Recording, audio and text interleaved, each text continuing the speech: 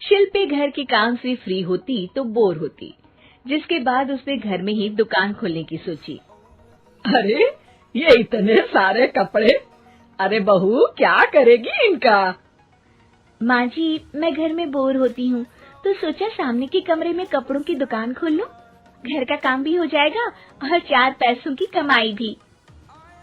अरे वाह वाह, ये तो बहुत ही अच्छी बात है। मैं भी तेरी मदद कर दिया करूंगी। वाह माँ जी, तब तो मजा आ जाएगा। अब हम दोनों मिलकर खूब पैसे कमाया करेंगे। अब क्या था, सास बहू का काम चल पड़ा। एक दिन, अरे राकेश की माँ, सुनती हो?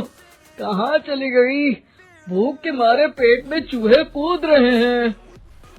अरे नंदिनी, कहाँ हो? भूख लग रही है। पापा कहाँ है माँ? पता नहीं बेटा, भूख लग रही है। आज तो किसी ने चाय भी नहीं पूछी। तभी सास बहू घर के अंदर ढेर सारे सामान के साथ आती हैं और वो भी हंसती हुई।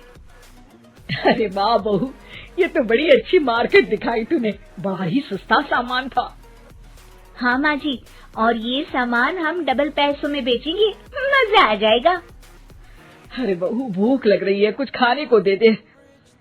माँ क्या बात है, आज किसी ने पापा को चाय भी नहीं दी?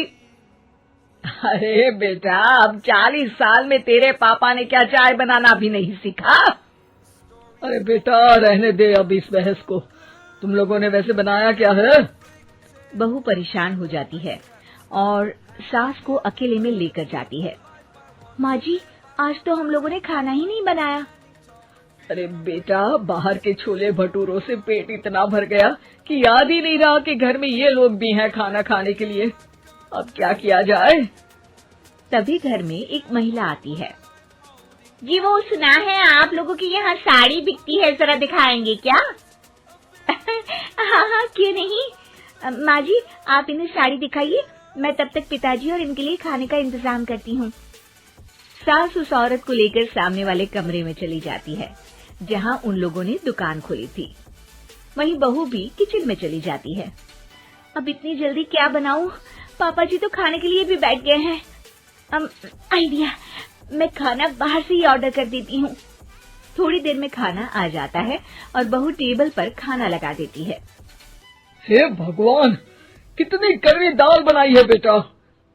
नहीं नहीं पिताजी, वो क्या बात है नंदिनी, रोटी तो चबाई ही नहीं जा रही है, लग रहा है रबड़ खा रहा हूँ।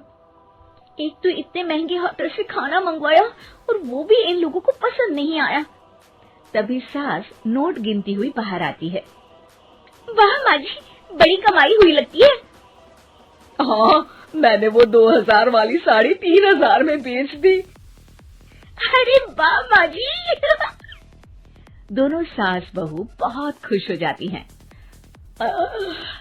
मेरे पेट में ना बेटा जोर का दर्द हो रहा है। अरे माँ, क्या हुआ? पेट में दर्द? बाहर का कुछ खाया था क्या? मैदा तो नहीं खा लिया? मैंने छोले भटूरे खाए थे। माँ क्यों खाए? आपको तो पता है कि आपको मैदा सूट नहीं करता। चलिए माँ को डॉक्टर के पास ले जाते हैं। तभी अंदर से पापा की आवाज आती है। हे भगवान, मेरा तो पेट खराब हो गया। सब पिताजी के पास जाते हैं। पिताजी, आपको क्या हुआ?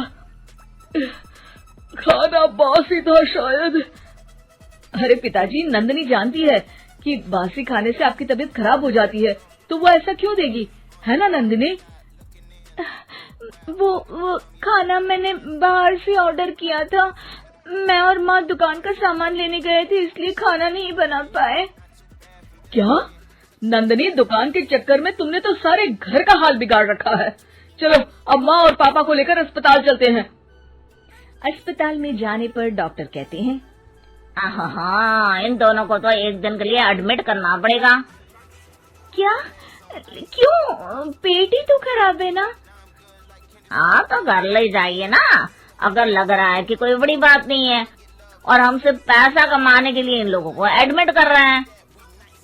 नर्स, जरा इन लोगों को बिल तो दे देना।